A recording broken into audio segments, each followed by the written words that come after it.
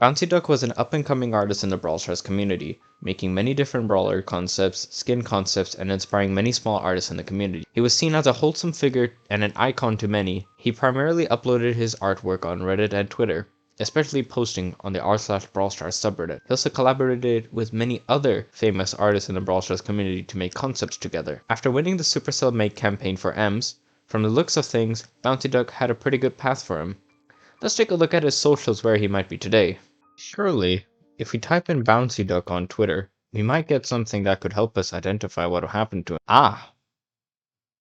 Well then. Yeah, honestly, I tried looking for some history about BouncyDuck, but all I could find was the stuff I said before. Looking through Reddit, you don't really find much there, and looking through YouTube, you don't really find much there either. This primarily took place on Twitter from the looks of it, and just hasn't sprinkled out into the other parts of the community, I believe. And that's what I'll be doing in this video today. I'll be discussing about BouncyDuck's downfall, and the lead up to it, and other people's perspective on the matter. So to start off the thread, we have accusations made against BouncyDuck that he's a woman abuser, has an inflated ego, and groomed his exes on multiple occasions, and said some pretty inappropriate stuff. Now, before I continue, with the Discord DMs accusations, would like to point out that Rotten Sushi is BouncyDuck. Just getting it out of the way. The first bit of accusation from the thread was that he was constantly asking his ex for nudes and personal info pretty much every day. Now, they were in a relationship and they were both adults, and you may argue that we shouldn't budge into that, but clearly from the looks of things, she didn't feel comfortable in doing this. And BouncyDuck didn't pick up on the fact that she didn't like it, and kept pressuring on doing so. He also guilt-tripped her multiple times and forced her to block some people that he didn't like, and reassured her that it's okay. He also had sent NSFW of work of him and his girlfriend, and kept making connotations on how it could be them, which she didn't consent to.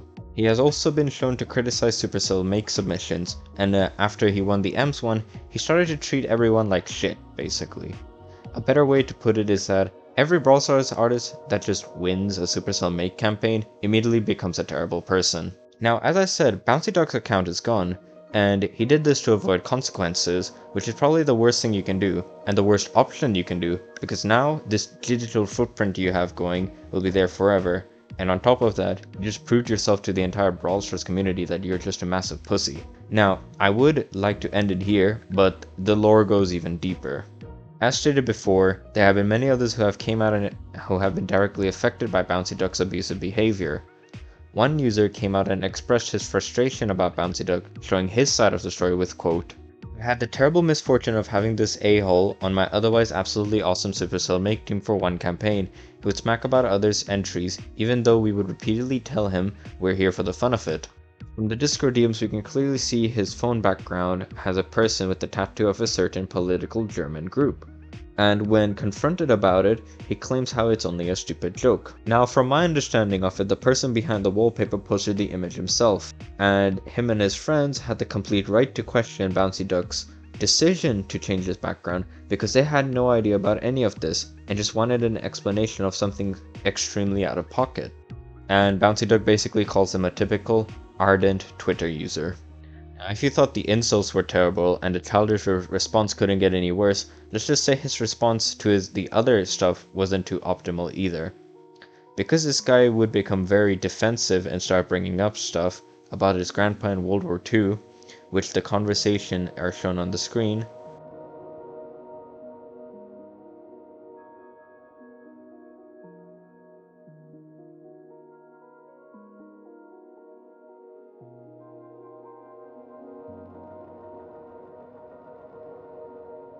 He would also claim, and quote, "He would post these edgy jokes, using illicit images, all while working with us who didn't want to be associated with such bullshit. For me, it was when he scammed one of our teammates, not just out of money, but out of some very rare Clash of Clans merch. This action led to one of the teammates leaving the community entirely. He would go on to implode when a simple call-out was made for it, and that's all I could really find." Now, if you want to read the thread yourself, I'll leave it in the description below. And just to leave the big final question of, where is he now, or where's BouncyDuck now? I have no idea. I tried looking all over, and I couldn't really find anything.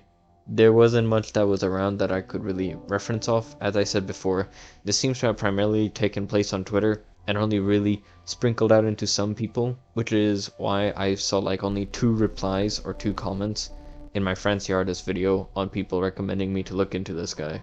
But that's about wraps it up for the video. It was me, BouncyDuck. Comment, like, and subscribe, and give me your thoughts on this whole situation, and if you have any other drama news or anything that might have happened in the past of Brawl Stars, then comment down below. I'm more than happy to look into it myself and make a video on it.